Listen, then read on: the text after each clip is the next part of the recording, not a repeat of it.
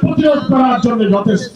গোটা ভারতে প্রায় 90 লক্ষ মানুষকে নাগরিকত্ব আর যাচাই বাছাইয়ের অজুহাত তুলে তালিকাভুক্ত করে পুশিনের আওতায় আনা হয়েছে। বিডিআরের সাথে বিএসএফের নির্লজ্জ পরাজয়ের ইতিহাস আপনাদেরকে স্মরণ করতে হবে। আমাদের জাতীয় নেতৃবৃন্দ পরিষ্কার যে বক্তব্য দিয়েছেন, আজকের এই সমাবেশ থেকে আমরা সেই বার্তাই দিতে চাই, ভারত আমাদের বিরাট প্রতিবেশী রাষ্ট্র। আমাদের বাংলাদেশের চতুর্দিকে প্রায় 4000 কিলোমিটার বিস্তৃত সীমানা, প্রায় 32টি বাংলাদেশের জেলার সীমান্তে ভারত অবস্থিত।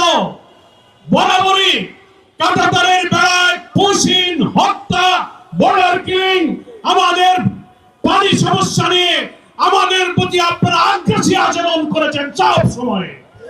কিন্তু এবার দেখতে পাচ্ছি পশ্চিমবঙ্গে বিজেপির শুভেন্দু অধিকারী মুখ্যমন্ত্রী হওয়ার পর নতুন করে আগ্রাসী ভূমিকায় অবতীর্ণ হয়েছেন। আমরা বলতে চাই, ভারতের যে সীমানা, ভারতের স্বাধীনতা, ভারতের সার্বভৌমত্ব, ভারতের অখণ্ডতার প্রতি আমরা শ্রদ্ধাশীল, কিন্তু আপনারা আমাদের অখণ্ডতার প্রতি সম্মান দেখাতে পারেননি।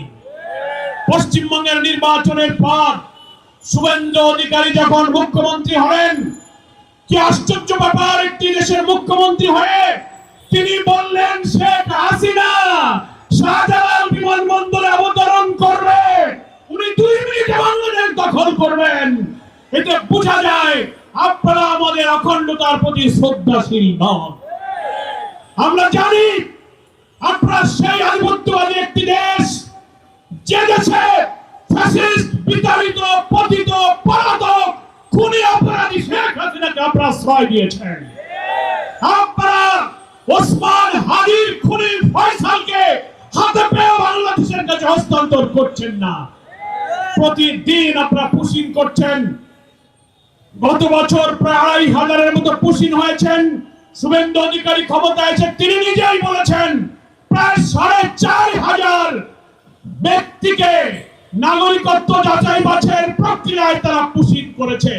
আমরা জানতে পেরেছি গোটা ভারতে প্রায় 90 লক্ষ মানুষকে নাগরিকত্ব আর যাচাই বাছাইয়ের অজুহাত তুলে তালিকাভুক্ত করে পুশিনের আওতায় আনা হয়েছে।